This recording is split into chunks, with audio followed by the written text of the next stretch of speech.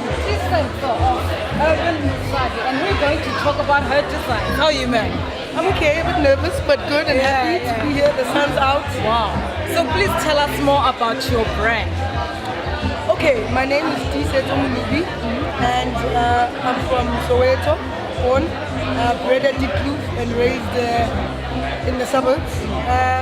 And yeah, hence the name Urban Musadi. I'm just very used to being in cities. What else? Musadi means woman in Sesotho. And yeah, I'm an accessories designer. I'm actually a graphic designer by training.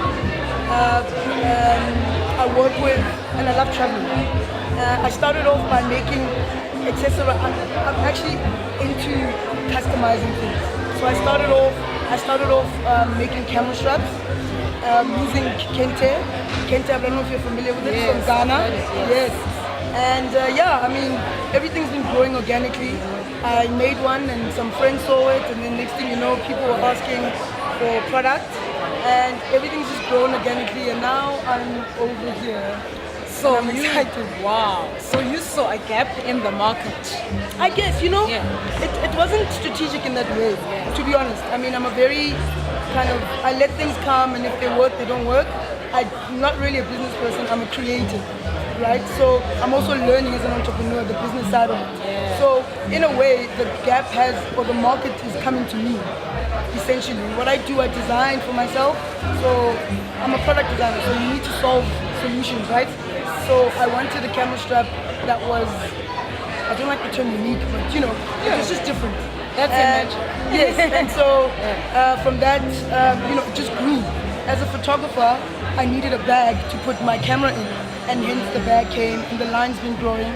I'm now working on like smaller bags, and I take a lot of feedback from clients, and it's amazing. Like there is a market out there. Everything is locally sourced.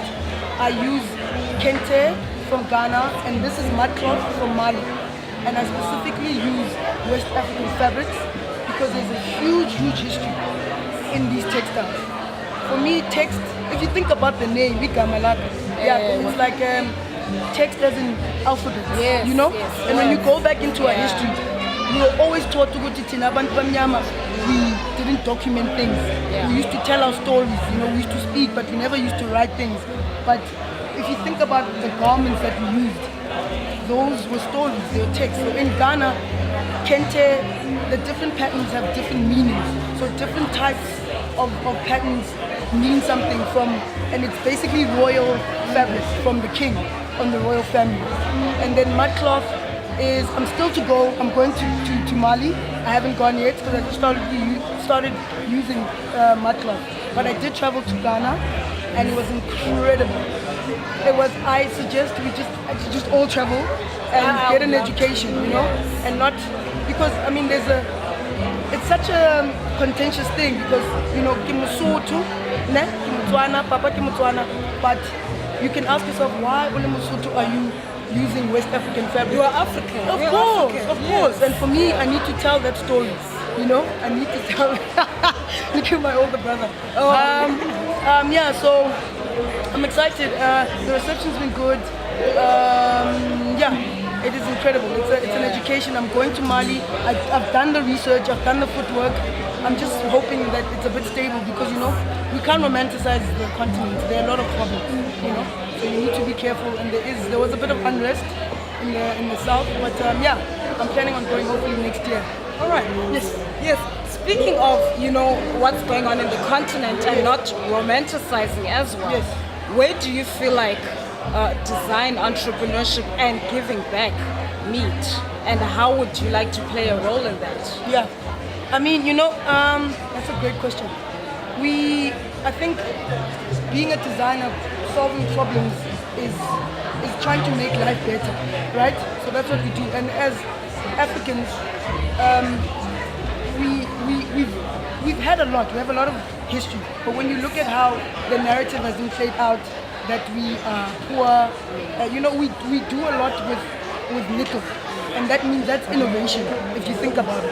And for me, I'm very pedantic about building a team of women. So things are locally, my material is locally sourced. and I work with women from Cape Town.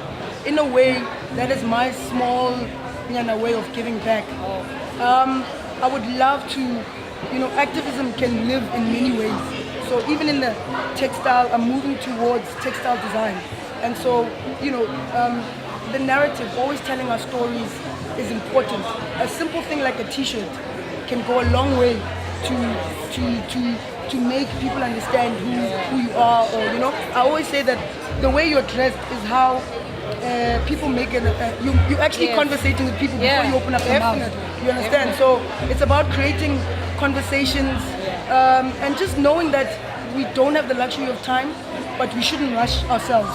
We need to really, because for me, I wouldn't say I'm competing with my peers overseas. I want us to push each other at home, and in a way that's also giving back.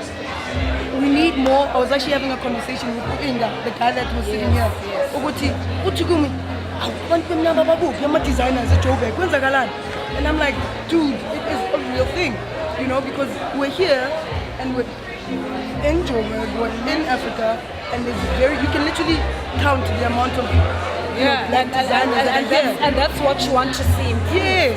More representation. Exactly. Okay. So the issue is not really, I thought about it this morning, the issue is not really that there aren't enough designers.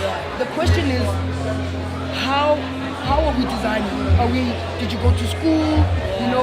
Do you have it inherently? Are you trying to better your skill? So it's a lot, because we need to also set almost like a bar of like standard of quality, and that's nothing that we don't have.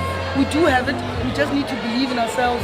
We definitely need a lot more designers that look like and you also, and I. Yes, and also because those stories are going to come from us. Yeah, absolutely. Appropriation comes in many forms, and we need to stop this thing of people telling our stories, and then making money out of it, which is really, really crazy. So also, events like this show that art is also economically viable. Oh yeah. And also, you get black families as well, where it's very rare that children say, I want to study art, because there's that misconception that it's not economically viable. So what would you say to debunk that myth?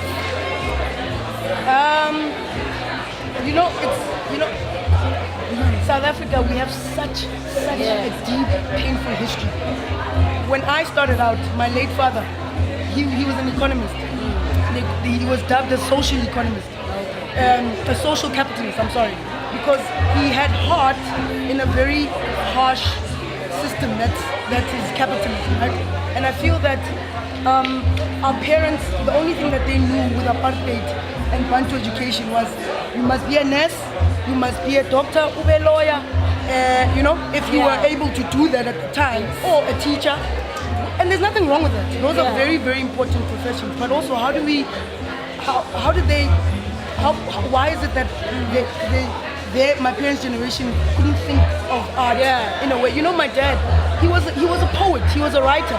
And my mother too. Like she's very, she's a beautiful woman, and very creative, very stylish. And now we are able to make money out of that. And now I'm able to show. May he rest in peace. I hope he is proud of me today. And this is just a small step to say, Papa, your little girl couldn't quite crack the numbers, but I've got a colorful, beautiful mind, and I'm trying to really build a legacy for my child. And that's good. We need more artists like you with that mentality. Thank you so much for your time. Thank you and very, we have very learned much. so much from you. Thank you.